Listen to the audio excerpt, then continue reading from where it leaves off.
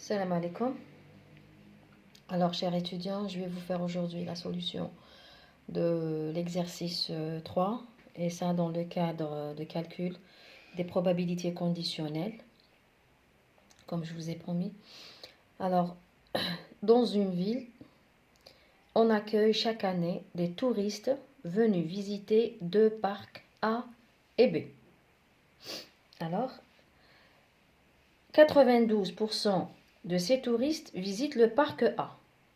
Alors ça, c'est le pourcentage des touristes qui visitent le parc A. Après, normalement ici, on a un point, une nouvelle phrase. Parmi ceux-là, ça veut dire parmi les touristes qui visitent le parc A, 60% visitent aussi le parc B. 6% des touristes ne visitent aucun des deux parcs. Ça veut dire ni le parc A ni le parc B. On interroge au hasard un touriste et on note les événements.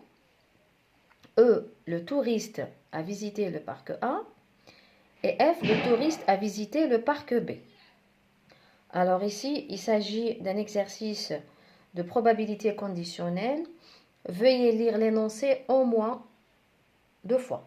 D'accord? Alors une première fois pour voir les pourcentages, une deuxième fois pour associer les pourcentages aux événements donnés dans l'exercice. Alors ici, qu'est-ce que je vais faire en premier lieu? Je vais recopier les événements E et F. Alors, on a E. Je vais réécrire les événements ici. Alors, on a E. Les touristes visitent le parc A. Donc, ça, c'est la visite. Les touristes visitent le parc A.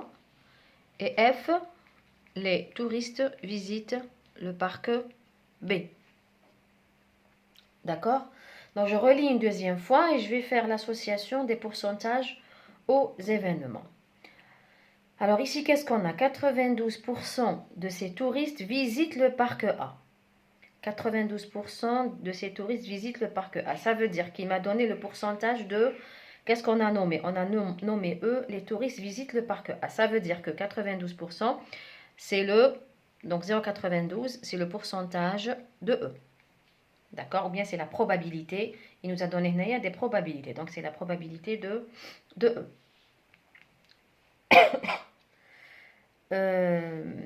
La deuxième phrase, alors parmi ceux-là. Donc parmi quoi? Parmi les touristes qui ont visité le parc A. Donc parmi les touristes qui ont visité le parc A, 60% visitent aussi le parc B. Donc je vais réécrire la phrase, mais au sens d'événement. Donc parmi ceux qui sont dans E, donc parmi ceux qui sont dans l'événement E, ça veut dire parmi les touristes qui visitent le parc A, qu'est-ce qu'on a? 60%, donc 60% des touristes visitent aussi le parc B. Le parc B, on a nommé l'événement par F. Donc 60%, c'est quoi? 60%, c'est le pourcentage de F, sachant que E est réalisé. D'accord? On a dit parmi ceux-là, ça veut dire ça, c'est un événement qui est déjà réalisé. Ils ont déjà visité le parc A. Et 60%, c'est la probabilité de la visite du parc B. Donc 60%, c'est quoi? Je répète, 60%, c'est la probabilité, je vais écrire, 60%, c'est la probabilité de quoi? C'est la probabilité de la visite du parc B, sachant qu'ils ont visité le parc E. D'accord? Donc, il m'a donné une probabilité conditionnelle, P de F, sachant que E est réalisé. Ça, c'est une condition qui est déjà réalisée. Alors, je continue. On interroge, 6% des touristes ne visitent aucun des deux parcs. 6% des touristes ne visitent aucun des deux parcs. Ça veut dire que les 6% ils n'ont visité ni le parc A ni le parc B. Donc, ni le parc A, ça veut dire quoi? Donc, comment exprimer l'événement? Ni le parc A, ça veut dire E bar, ni le parc B, et c'est l'intersection, ni le parc B, c'est F bar. Donc, il m'a donné le pourcentage ou bien la probabilité de E bar inter à F bar qui est donné par 6%, il y a 0,06. Alors, en premier lieu, les probabilités conditionnelles, on va noter quand même les événements, les pourcentages au sens des événements nommés l'exercice. La première question, qu'est-ce qu'elle vous demande? Regardez bien, les données, je répète, donc les données intervenantes.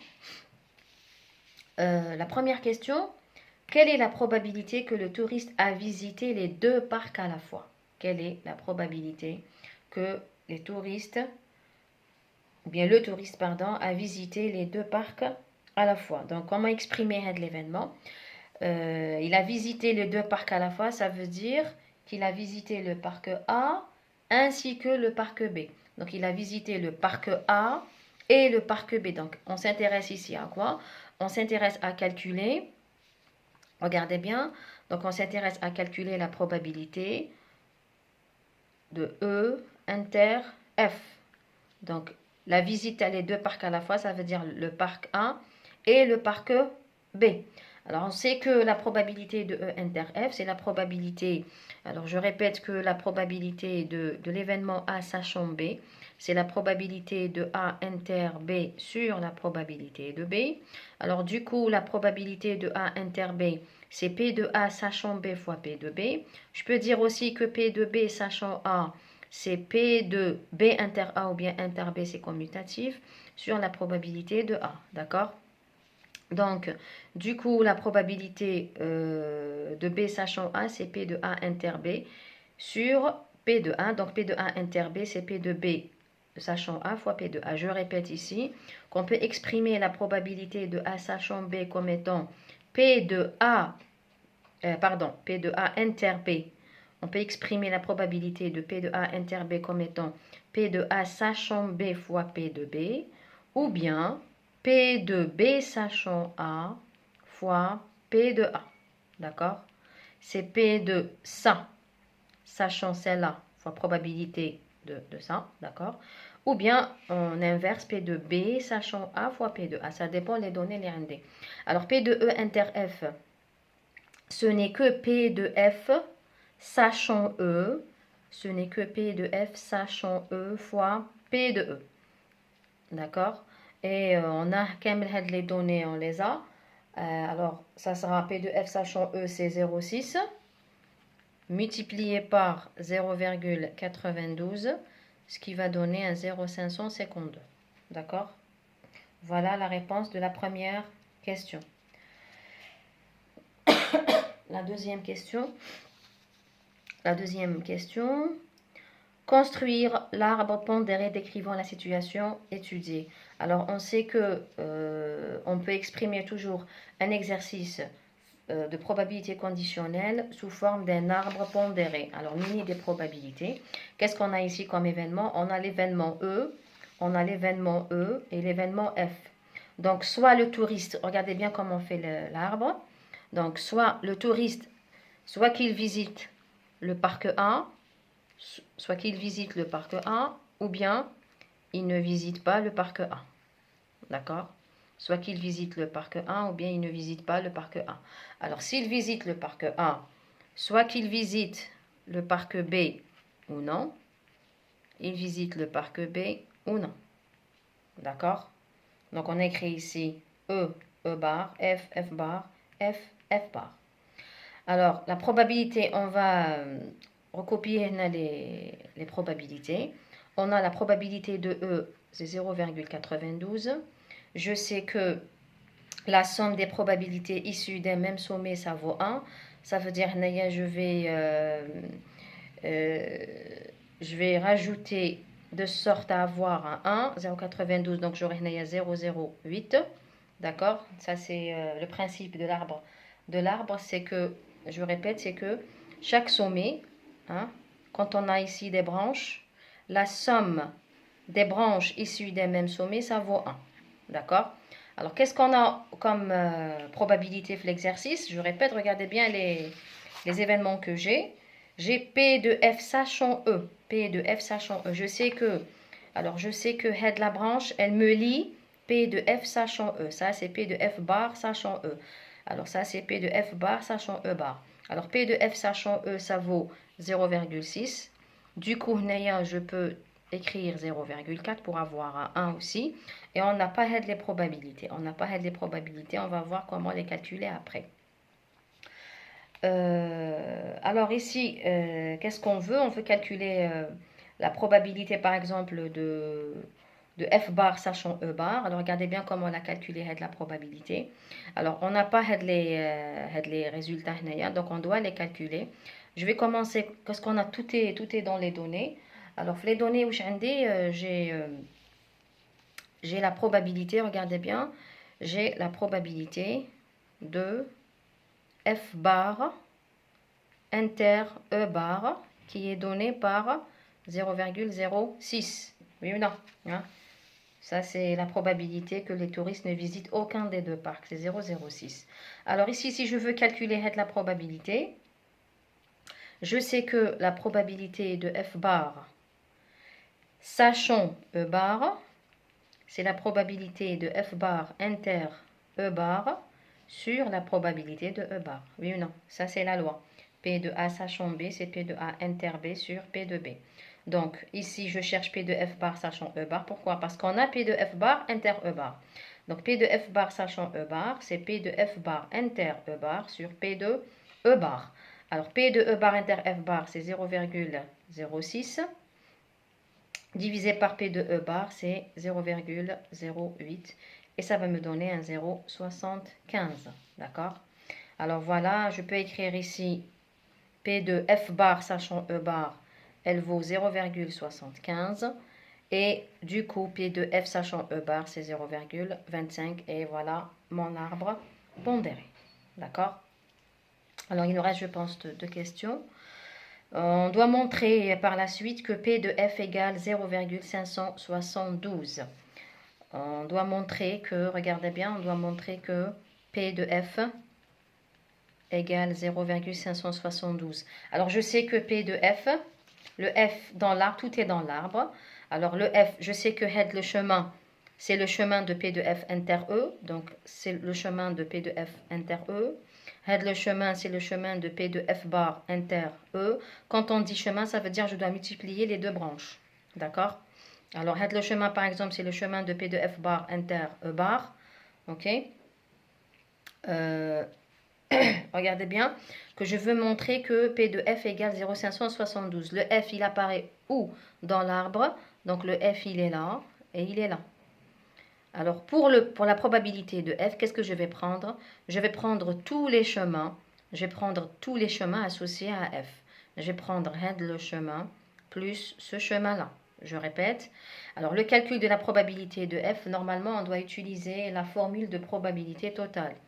On doit utiliser la FPT, la formule de probabilité totale. Elle consiste à faire quoi?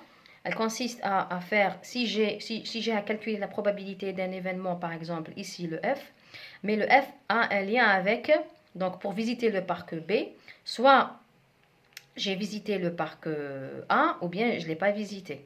D'accord? Donc ici, la probabilité, ou bien la formule de probabilité totale, elle consiste à calculer la probabilité de F. P de F, ça sera quoi? Ça sera P de F inter E plus P de F inter E bar. Ou bien c'est la probabilité, on dit que c'est la probabilité de F sachant E fois P de E. C'est P de F sachant E fois P de E plus P de F sachant E bar fois P de E bar. Si on a à calculer la probabilité d'un événement qui a un lien avec des événements bon, ici qui sont complémentaires, alors la probabilité de ça, c'est P de ça, F sachant E fois P de E, plus P de F sachant E bar fois P de E bar, ou bien tout simplement, c'est P de F inter E plus P de F inter E bar, ou bien on voit ça directement sur l'arbre. Bien sûr, il faut s'assurer que les réponses sont justes sur l'arbre pour pouvoir confirmer le résultat. Alors ici, P de F, je prends head le chemin, je répète, je prends ce chemin-là, plus ce chemin-là.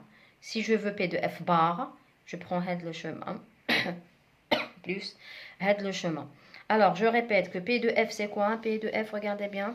Je prends le chemin, donc je prends 0,6 fois 0,92 plus 0,25 plus 0,08. Bien sûr, après avoir écrit le truc, la loi. D'accord?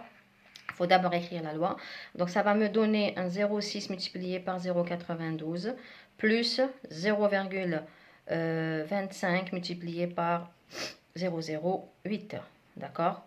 Et là, ça va me donner normalement, je vais confirmer que ça, c'est 0,572. C'est bon? Voilà comment on utilise la formule de probabilité totale.